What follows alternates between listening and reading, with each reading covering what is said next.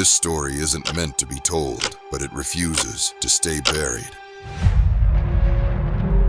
There are places on the road where time seems to stand still, where echoes of tragedy linger, whispering to those who pass by.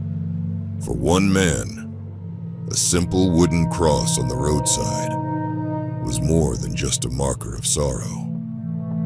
It became an unexpected symbol of home, a quiet guardian watching over his journey. But one stormy night, he would come to understand its true significance in a way he never could have imagined. The wooden cross stood between two spiky cypress bushes, a silent witness to the passage of time. 3 yellowed grave candles rested at its base, their wicks long since extinguished.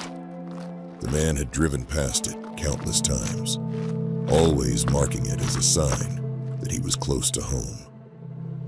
800 meters beyond it, a bridge stretched over the river, and just past that was his exit. Seeing the cross always brought him a strange comfort. 15 minutes more, and he would be in the warmth of his home, greeted by his wife and young daughter. He often felt a twinge of guilt.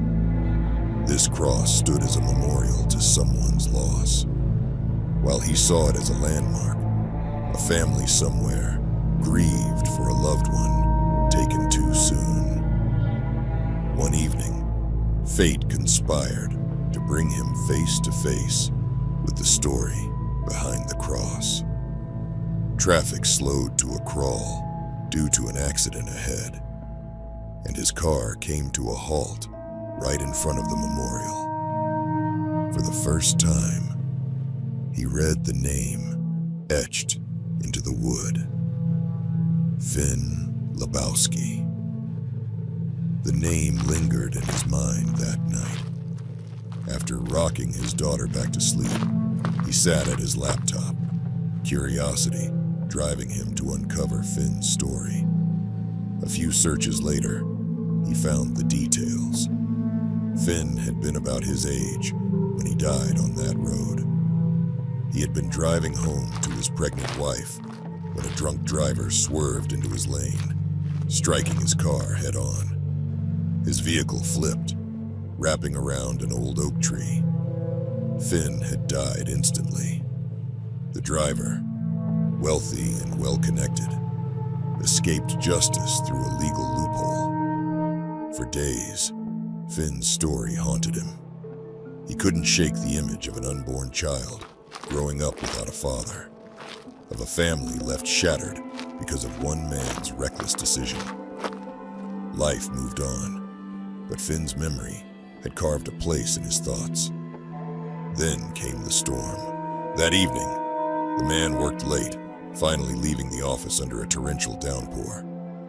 Rain drummed against his car's roof, matching the exhaustion weighing on his eyelids.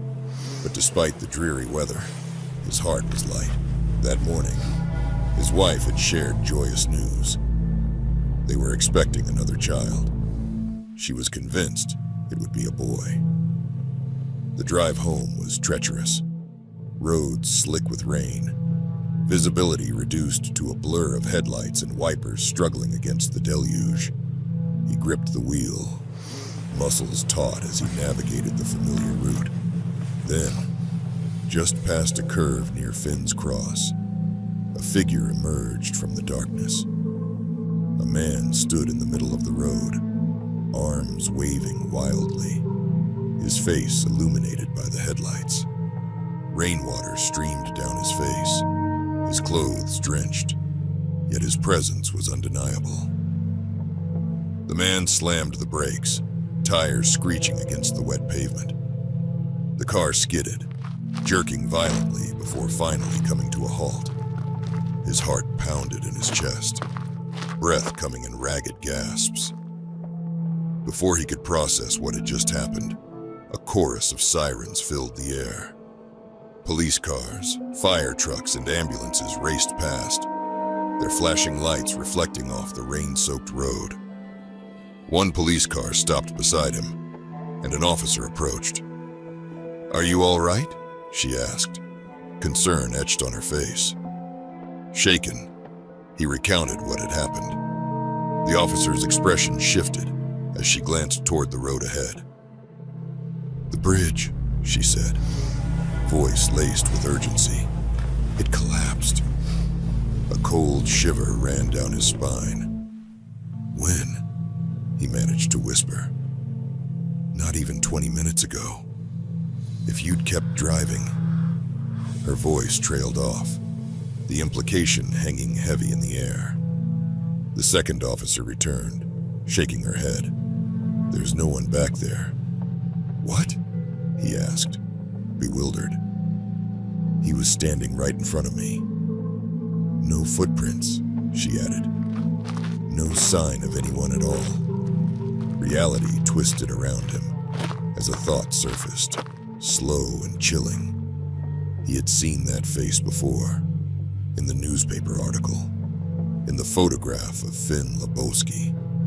His grandmother had always spoken of spirits, some that led the lost into darkness, and others that pulled them back from the edge. That night, he knew without a doubt which kind he had encountered. The next morning, he visited Finn's cross.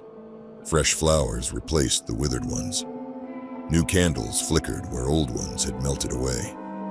He stood there for a long time, contemplating the unseen forces that weave through life, binding strangers together in ways neither logic nor reason could explain.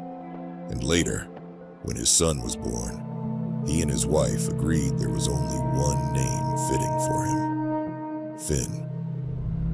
Now let's move to the next story. On a damp October morning in York, just off Fulford Road, beneath the gray sprawl of clouds and past the cracked iron gates of Bishopthorpe Cemetery, 63-year-old local historian Margaret Langley noticed something that hadn't been there the day before. A gravestone, pale and unweathered, jutting from the earth like a splinter. She stopped mid-step, her black boots sinking slightly into the wet grass, and stared at it. No name, no date. Just a smooth, uninscribed slab of stone placed at the far southern edge near the boundary wall. A part of the cemetery no one visited. Margaret, who had lived all her life in York, knew the cemetery records well. Part of her work cataloging historical headstones for the city's archive, and she was sure there was no registered burial in that plot. She knelt, brushed her gloved hand across the surface, and immediately noticed a subtle irregularity. A series of faint grooves, almost invisible unless caught at the right angle.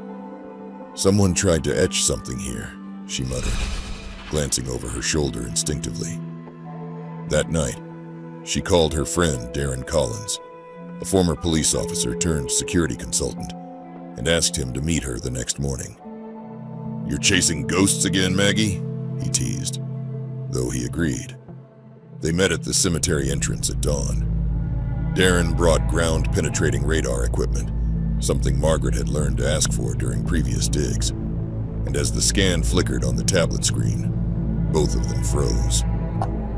There was a coffin-sized anomaly directly beneath the unmarked stone, too recent and shallow to be from the Victorian era. "No burial record, no permit," Darren said. "Someone put a body here and they didn't want anyone to know who." Over the following days, Margaret dove into council burial logs, police missing persons reports, and local archives, focusing on a pattern she remembered vaguely from her childhood. Back in the 80s and 90s, there had been a spate of disappearances near the southern end of York.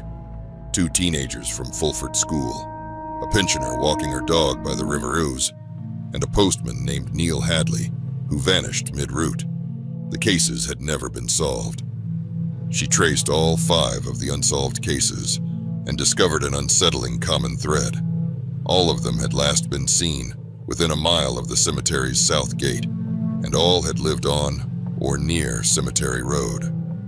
That can't be coincidence, she told Darren over tea at her terrace home near Heslington Road. He frowned. You're saying someone used the cemetery as a dump site for decades and no one noticed? No. I'm saying someone buried them properly, but didn't want them remembered. As they pushed deeper, Margaret visited the York Minster Library and accessed archived copies of the Yorkshire Evening Press from 1984. In a faded photo from a community memorial service for the missing postman, she noticed something peculiar. An unfamiliar man standing at the back, hands clasped, staring directly into the camera. Margaret zoomed in on the microfilm, heart pounding. She'd seen that face just days earlier. The groundskeeper at Bishopthorpe Cemetery, a man named Owen Whitaker. He'd been polite, but evasive when Margaret first asked about the new gravestone, claiming he hadn't noticed anything unusual. He's in the background of 3 of these old articles, she said, showing Darren. Every time there's a disappearance, they went to the police, who reopened the cold cases under pressure from public interest. Margaret had leaked a few subtle details to a local journalist. DNA tests confirmed what she feared. Beneath the unmarked grave was Neil Hadley. When police arrived to question Whitaker, they found his cottage near the cemetery abandoned, the door swinging open and every trace of him gone. Inside, they found a box of newspaper clippings, articles about the disappearances, marked with red ink, and a single photograph of Margaret, recent and candid, taken from across the street. The gravestone was removed, and Neil Hadley was buried properly, with his family present after 40 years of questions. Margaret no longer visited the cemetery alone, and despite police efforts, Whitaker was never found. But every year, on the same October day the unmarked grave first appeared, someone leaves a white flower at the exact spot. Margaret never told anyone about the second photograph she found tucked into her garden fence weeks later. Her house, from behind, with the handwritten words, "You only found one." Hit subscribe and don't dare miss what's coming next. Or the next scream you hear might be your own.